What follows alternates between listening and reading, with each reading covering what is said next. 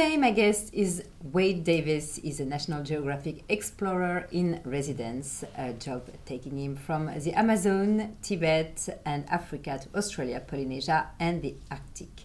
Currently professor of anthropology at the University of British Columbia. The polymath has authored 22 books. Is it still the case? 22? Actually, it's 23 now. 23 now with the last one. More than 20. Including The Serpent and the Rainbow, One River, or Magdalena, River of Dreams. Hello, Wade. Hi, nice to see you again. Nice to see you again. Thank you for being with us. It's the second time because you were the very first episode of this podcast Harvest series. Yes. And we had discussed in the first episode about your favorite rituals, your wild years in Harvard, and also how you chose anthropology a bit by coincidence, saying yes to everything at the time, which was That's amazing. Right. Very true. So today, in a world where we're facing like many global challenges and we have to focus on the future, I will ask this question that sounds a little bit provocative, but it's not that much because it comes from you. Why do anthropology matters? Well, it's very interesting. It's kind of a thought experiment. If you asked yourself to think about the world of your great-grandfather or grandmother, and their values about race, their attitudes towards the environment, their notions of a kind of hierarchy of culture that invariably placed European society at the apex of a pyramid that went down to the so-called primitives of the world, attitudes towards people with physical challenges, dismissed as retarded or mongoloid or any of these sort of terms that were used. The point is that it's fascinating. Everything that your grandparents even believed in, you today as a modern informed person would only not agree with, you would find them morally reprehensible.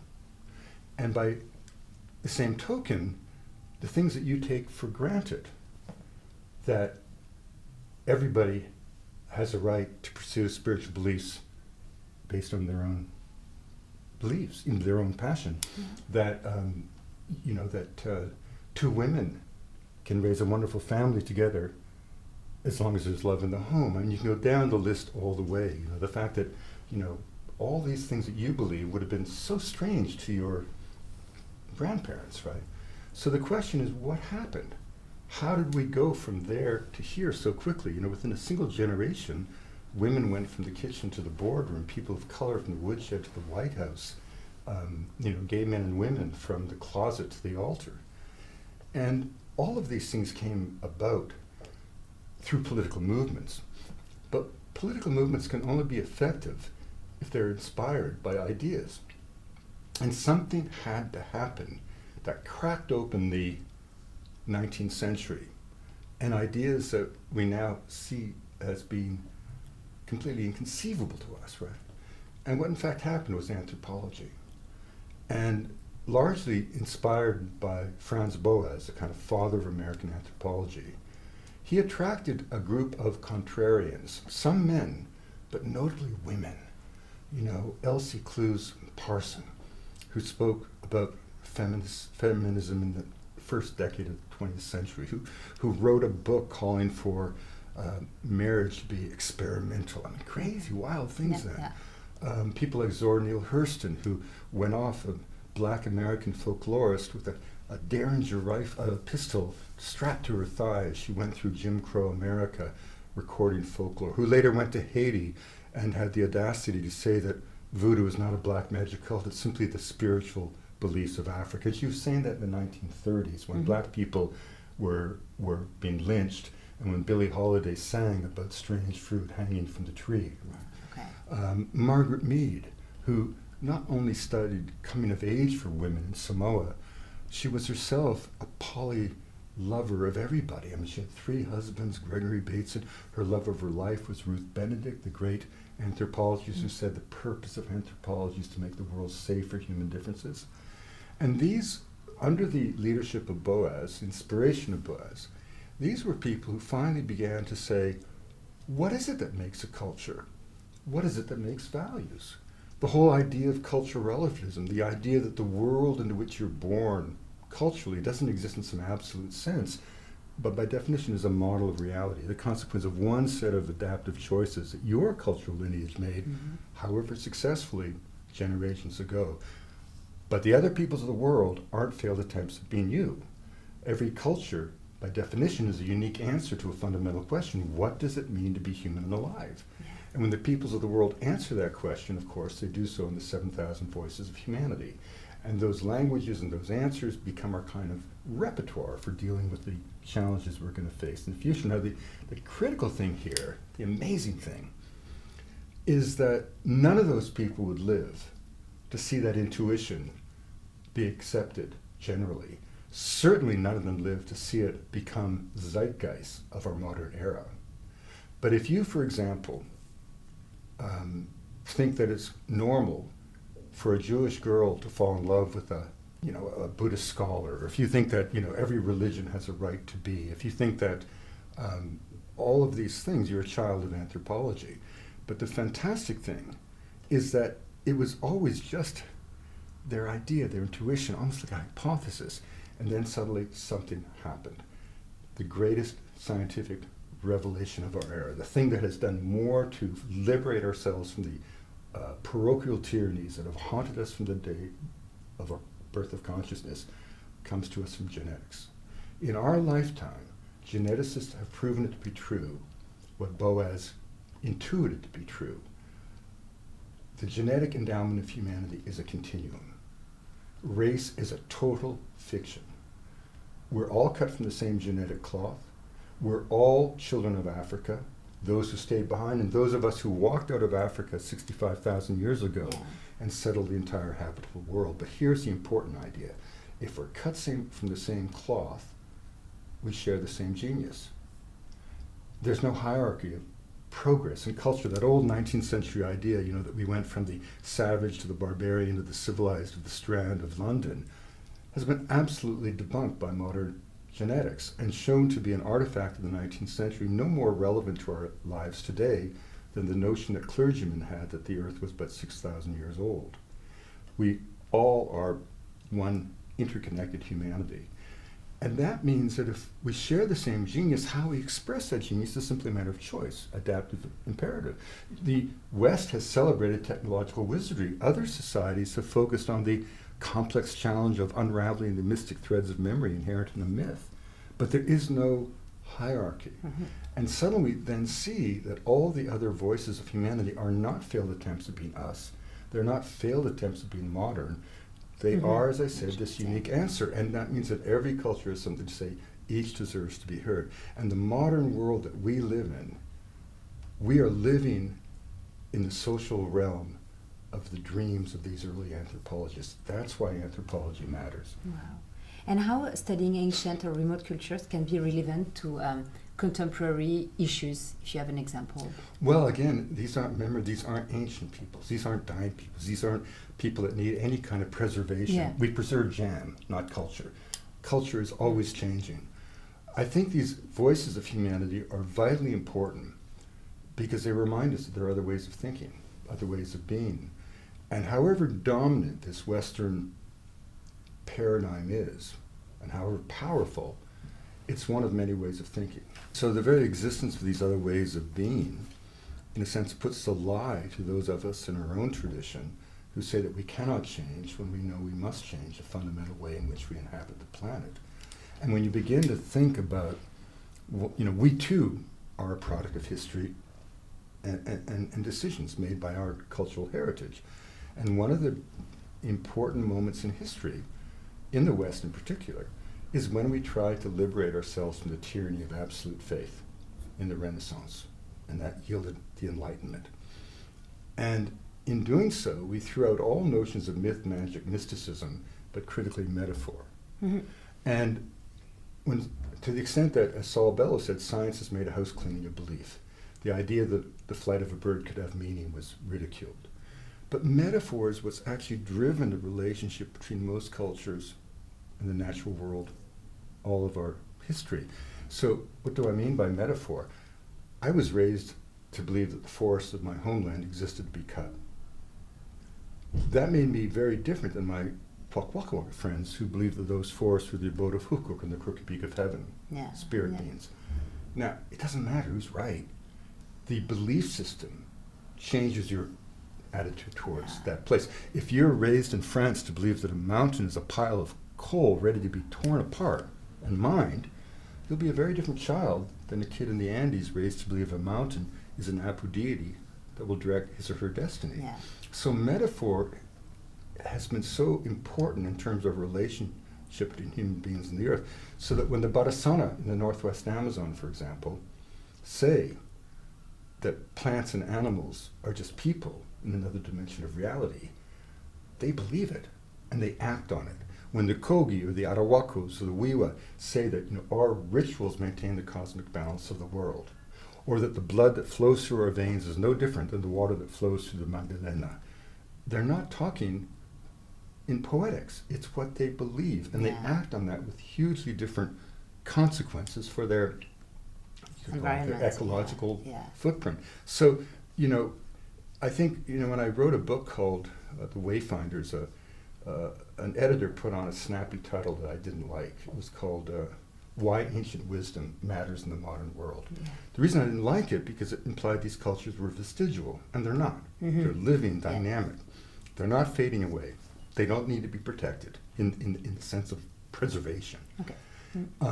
But when I had to answer that question, and I did so with kind of two words, climate change. Not to suggest that we go back to a pre-industrial past, or that any culture on Earth be denied the genius of modernity, whether it's medicine, science, technology, but rather to simply suggest that when we understand that we're not the absolute way of being, we're one way of being, very effective, very powerful, but just one way of thinking, and that there are all these other wondrous ways of thinking, it helps us realize that we can change the way we think. We can change the way we operate.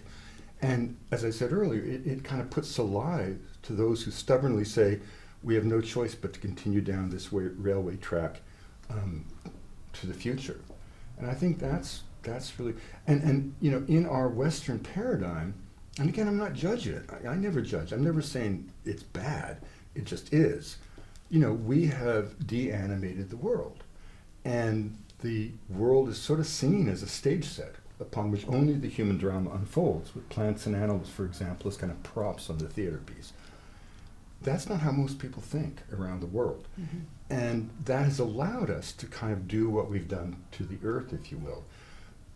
That extractive model, if you will, is very unusual. It's very anomalous. Almost every culture in history has been based, at least indigenous people that I know, their interaction is based on reciprocity. Some iteration of a fundamental idea that the earth owes its bounty to people, but people in turn owe their fidelity to the earth. So most of the cultures I've been with feel responsible for the well-being of the earth. They never would say that people are the problem. People are the only solution, because it's only through ritual that the earth can be, take the Aboriginal people of Australia. It's a classic example. When the British washed ashore there, they saw people that looked strange, had a simple technology, but really what offended the British is that all the civilization of the Aboriginal people of Australia, none of them had any interest in improving upon their lives materially. And for the British, for whom optimism, progress through time, material advancement was a sort of definition of their worldview, it came crashing down in the blood of Flanders in the Great War, but certainly during the time of settlement, that was a sort of sense of it. And because the British found the attitude of the Aboriginal people not just incomprehensible, but offensive. And so they set out to kill them. And as recently as 1902, it was debated in Parliament in Melbourne as to whether or not Aboriginal people were human or not. As recently as the 1950s, a rancher in Australia had a quota as to how many Aboriginal people could be killed with impunity who trespassed upon his ranch. As recently as the 1960s, a book that was in schools across Australia, A Treasury of Fauna of Australia, included the Aboriginal people as forms of wildlife. what was missing was any ability to understand the most subtle, extraordinary devotional philosophy ever brought into being by the human imagination, and that's the dreaming. And the dreaming is not a dream. It's the idea that there's another dimension of reality that we move in and out of, that the world at your feet both exists and is always waiting to be born. In the Aboriginal mindset, progress through time is not idealized. It's not even conceived. In not one of the 670 dialects and languages of Australia was there a word for time, past, present, or future. The entire purpose of life wasn't to change anything. It was the opposite. It was to do the ritual gestures necessary to maintain the world exactly as it was at the time of its dawning.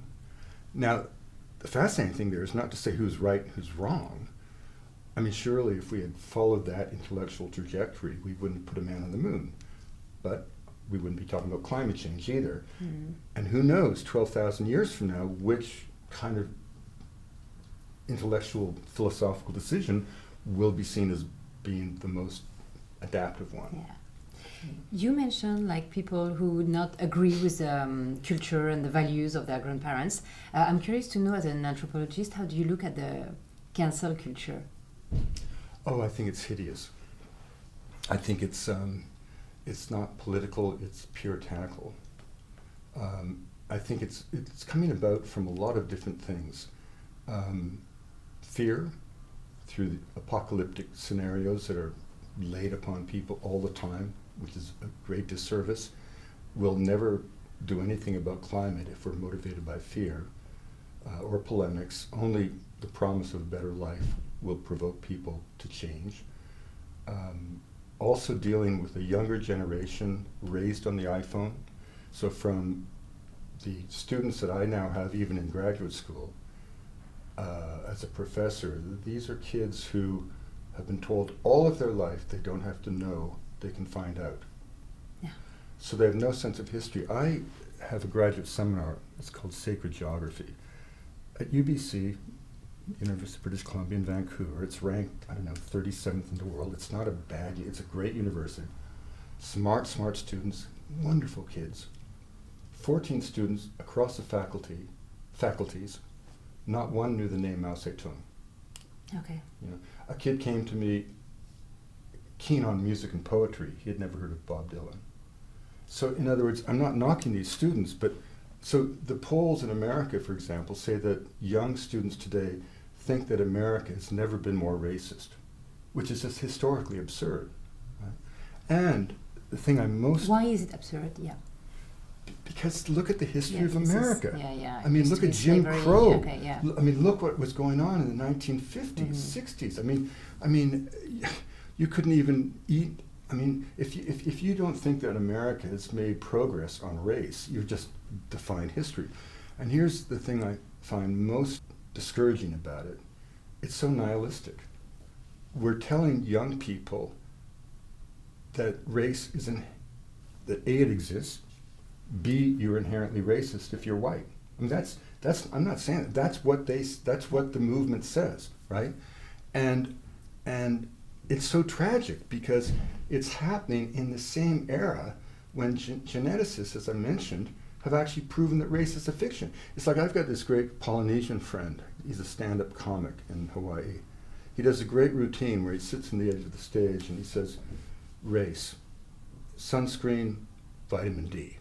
And that's all race is, right? Physically. Yeah. Culturally, race is another thing.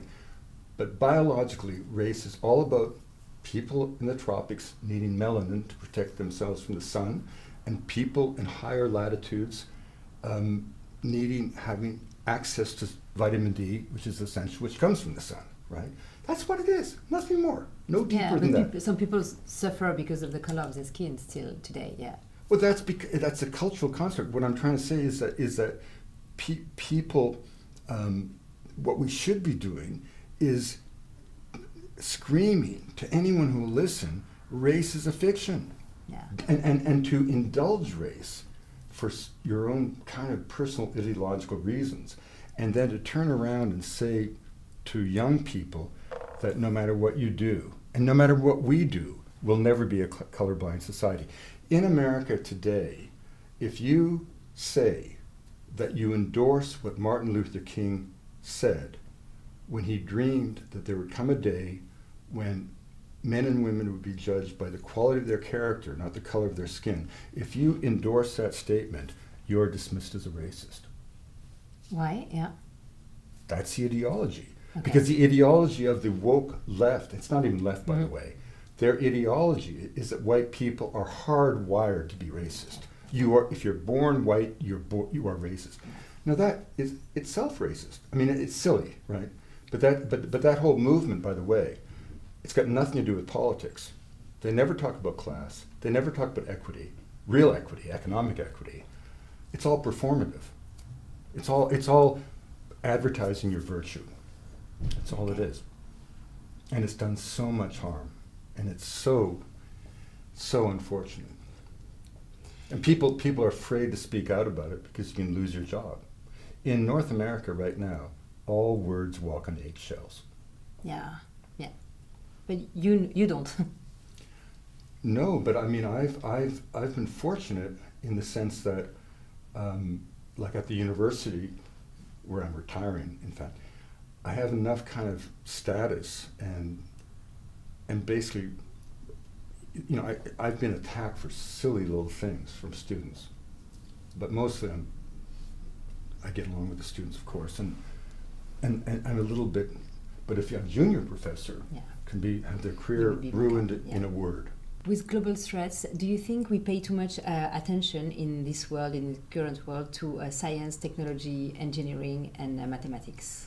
I mean, all of those things are brilliant tools that have allowed us to do extraordinary things. I mean, think of the revolution in technology we've lived through. I mean, I'm not that old, and I wrote my first 2 books on a typewriter when cutting and pasting was literally scissors and Scotch tape, right?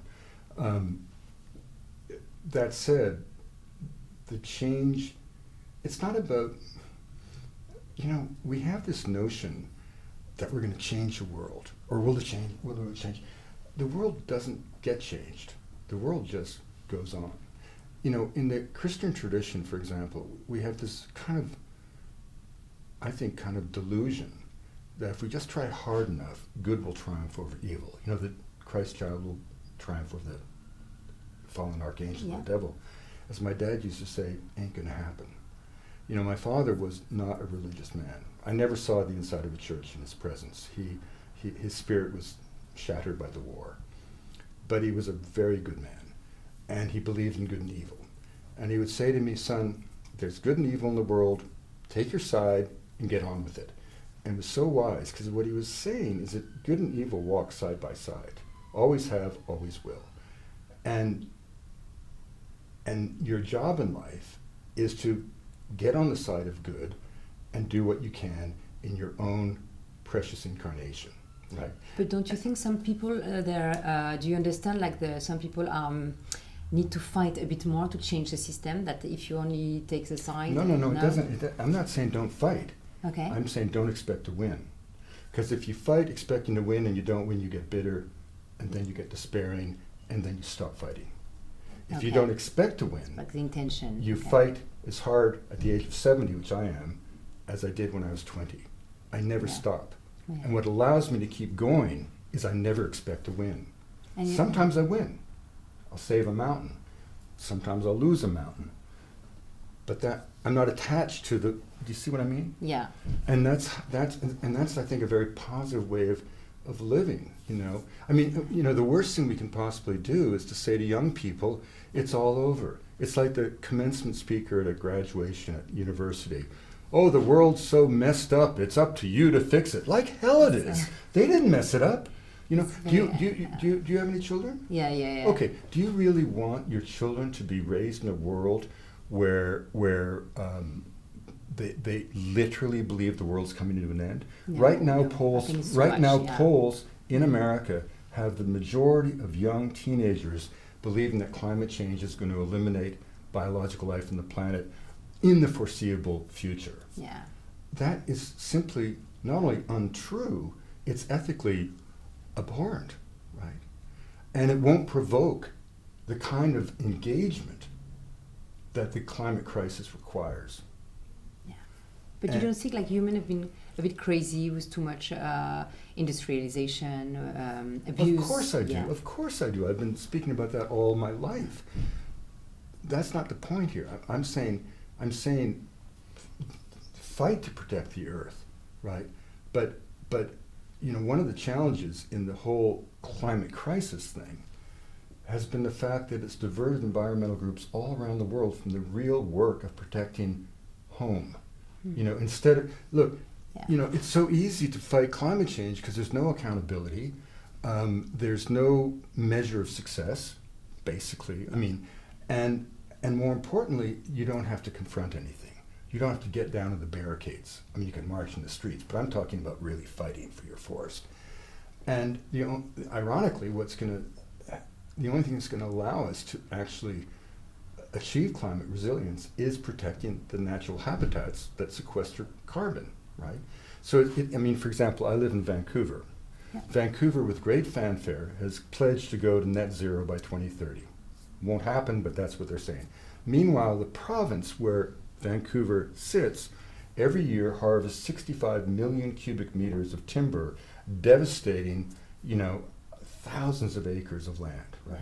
So you see these, and back to your original question, is science technology going to save the day? I think what will save the day is a change of perspective, and that's what we're going through, and that's a good thing. And that's why I always say, you know, polemics are never persuasive, but storytellers change the world. I mean, if we were lucky enough to see Louis' presentation this morning, and that was a perfect example of the concept of show, don't tell. Nobody wants to be lectured to. I mean, if people would accept fear and being lectured to, the climate thing would have been resolved a long time ago. Mm-hmm. Only hope will motivate people to change behavior, and the hope of a better life. And rather than telling people what to do, because they'll never listen, if we can show them another way. And that's why storytellers are so powerful. And that's why, you know, when I'm asked to describe myself, I mean, I guess I've worn many hats. I've been a professor, I've been a filmmaker, I've been, you know, a logger, I've been a hunting guide, I've been, you know, lots of different things in my life, photographer, whatever, writer, you know, but I'm a storyteller. Because I think storytelling is the way you can most effectively shift the human heart. And it's not the mind that we have to change, because we logically, if it was a matter of addressing the mind, well, human reason should have solved the whole thing. You know, it's the heart that we have to address it. What is your achievement you're the proudest of so far? Well, becoming a father. And this morning I was woken up with the news that I'm a grandfather. So congratulations. My daughter had our first grandchild this morning. Oh, beautiful. Yeah. Baby girl, boy? A little boy. Okay. No, I think I think the one thing in terms of sort of these sorts of issues that I can to some extent not take credit for, but you know, one of the reasons that people, linguists, were not speaking about language loss at a time when we all knew that half the languages were disappearing, was because of the hold on the linguistic profession that a man called Noam Chomsky had. And Chomsky's argument was basically that language acquisition is so complex and happens in all cultures at the same age that we must be somehow hardwired for language acquisition. So the old idea that, you know, little children began to speak because mommy said, here's an apple, and they, as a reward, a kind of behavioral thing, he quite properly said that's kind of ridiculous. And all of linguistics, because of his kind of insights, was focused on identifying that structure in the brain that was called the universal grammar. It wasn't a physical structure, it was a kind of a cognitive space based on the hypothesis. Okay. And the idea then is that how that space is becomes manifest in the world in the language is not that important. What counts is the universal. Okay. You know, okay. And so it's a little bit like in biology. You could use an analogy. If you want to study DNA, you don't need a panda bear. You can use a fruit fly because they're easier to get, right? and you don't really care as a, molecular biologist, or whether or not that DNA, where it comes from, or how it's manifest in the phenotype, which is like the fly or the panda bear. That can be the conservation biologist, but our work is here. Well, it became a little bit like that with languages, where all the linguists were looking for this elusive holy grail of the universal grammar, and not paying attention that the expression of that grammar, if that grammar existed, were dying by the day. And it got to the point where you could not get a PhD if you wanted to go and to study a language. And you couldn't, no one was paying attention to dying languages. In fact, it was virtually said, why should we race around and try to understand the grammar or the syntax or the vocabulary, language, of a language spoken by 100 people? It's sort of waste of time, right? And so that hold that theoretical position had paralyzed linguistics. And in the late 1990s, I came along knowing really nothing about linguistics. I was just a cultural anthropologist, I suppose. But I found these papers and I was amazed. I didn't understand, why aren't people screaming? If they all agreed that half the languages in the world were disappearing. But no one was doing anything about it, without the exception of a couple of key figures who became important inspirations for me. And I was fortunate to have at that time a bully pulpit at the National Geographic. So I began to scream about language loss because it allowed me to connect audiences with the loss of cultural diversity. You can speak as much as you want in the terms that I spoke with you a few minutes ago about every culture's and expression thing. But if you say to an audience, how would you feel to be enveloped in silence, to have no ability to pass on your native language to your children or to understand the language of your ancestors? Well, that's the fate of somebody every 2 weeks on Earth, because every 2 weeks some elder in some culture passes away and carries the last syllables of an ancient tongue into the grave. That just the audiences would gasp at that, right? They could understand that. That's the nature of good storytelling, if you will. And so I was sort of interested as a way of talking about cultural diversity, but in doing so, I was able to kind of cry out about it. And at that time, and this is not my doing, there was a whole kind of movement growing in a new generation of linguists, sort of saying, what if the emperor has no clothes? And it suddenly was dawning. And so I wrote a couple of books and made a bunch of films, and I can't lay credit, but right after that, or as part of that, suddenly it shifted. And there was, like, in the first 10 years of the century, there were suddenly dozens of books coming out, from fantastic linguists, and revitalization programs being set up all around the world, and people realizing that this was a real serious crisis for the human patrimony. So I think that in terms of my academic career, I think that's the one thing I would say I was proud of. And also just, as a communicator, I've written 23 books, I've made 40 films, I've done at least 2,000 large public presentations, and I guess eventually some of that gets into the zeitgeist of the society. One hopes, but you don't know. But certainly being a spokesperson for that, just for the obvious, something that turned me on when I was so young. It's interesting. You're French, aren't you? Yes. Okay. Well, I grew up in Quebec. Yeah. During the time of the two solitudes, when the French and English didn't speak to each other. And I was in a little community that was an Anglophone suburb of Montreal, plunked like a carbuncle in the back of a very old Francophone community called Point Claire. And there was a boulevard, Cartier Boulevard, which literally divided the two, right? Okay. And don't forget, we had martial law, tanks in the streets, terrorist bombings. It was a tough time in Montreal, in Canada.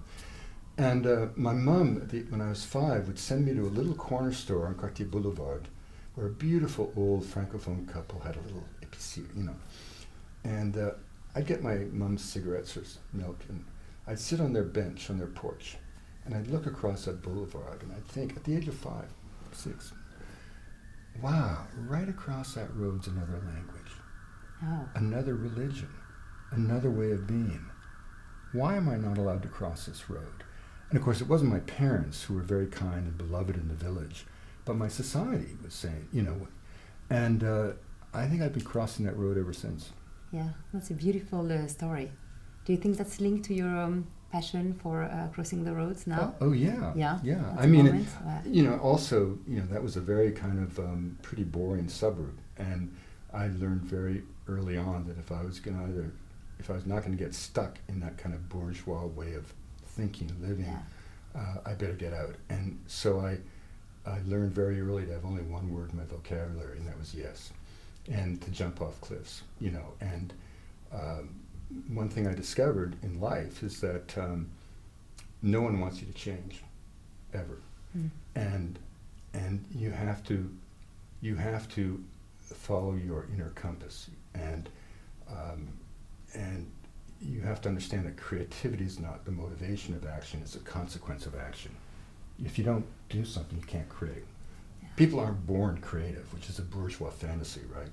No, you have to make yourself creative, and so. Given my background, anyone who knows that background, but my family would say it's simply astonishing that I've written 23 books and made these films, and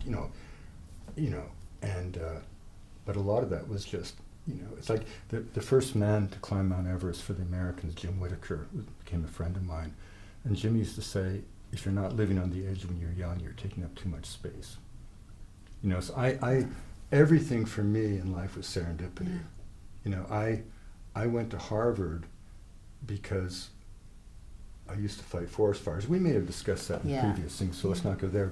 But no, I mean, it's that idea of saying yes, and putting yourself in the way of opportunities where there's no choice but success. And then, of course, you find yourself capable, everybody knows that, capable of doing things that would have been beyond you a month before. So I think my problem at the age of 70 is stopping doing that. So much of my life has been forged by reacting to opportunities, jumping off that cliff, discovering that you land on a feather bed, not rocks. How do you stop that process so that you can learn in your last years not to do but to be? Like Epicurus, he talked about the glorious years before decrepitude and after you step off the stage. And the notion of retirement is kind of a bizarre notion. Yeah. I mean, do you know why we retire at 65? Because to let the other work? No, because Bismarck in the 19th century, trying to quell labor unrest in Kaiser's Germany, picked an age. They wanted to start a kind of social security program, a kind of incipient program, but they didn't want to pay any of the workers anything. So they picked an age where statistically almost everybody would be dead. And that's why we retired 65 when most of us are now going to live to 90. Wow. Okay. Right? Yeah. And so retirement in the West is kind of a crazy idea. What real retirement is not when you stop being active. It's when you realize you've had your moment. And it's time to move off the stage to let the next generation move on. Not in a discouraged way, but just in a grateful way, because that's all we have. This is why I get back to this idea, don't expect to win. It's so, think about how kind of self-absorbed and even arrogant it is to think that you're going to make a difference in this world. I mean, we dream that maybe. True. But very few people do, yeah. And we all make a difference by definition. But we also just have a moment in time, we do our best, and then, hey, it's your turn. I have no problem with that. Talking about the next generation, so your dad gave you a beautiful advice that, and what is, if your grandson in a few years is asking you with all your experience, can you give me one advice? What will you tell him? Pessimism is an indulgence, despair an insult to the imagination, orthodoxy is the enemy of invention. Do what needs to be done, and then ask whether it was possible or permissible. And above all, be patient. Don't listen to people around you. Follow your inner compass, and give your destiny time to find you. Wow. Beautiful. Thank you, Wade. I've My got pleasure. one last quick Sure. question. What's your favorite tool to actively transform our society, our planet, or ourselves? That's all. Tool, or do you mean a literal tool? Yeah, or idea or a concept. Love. Thank you, Wade Davis. My pleasure. Thank you for being there for a second podcast together. I enjoyed My it. language will always fun with you. Thank you so much. Bye.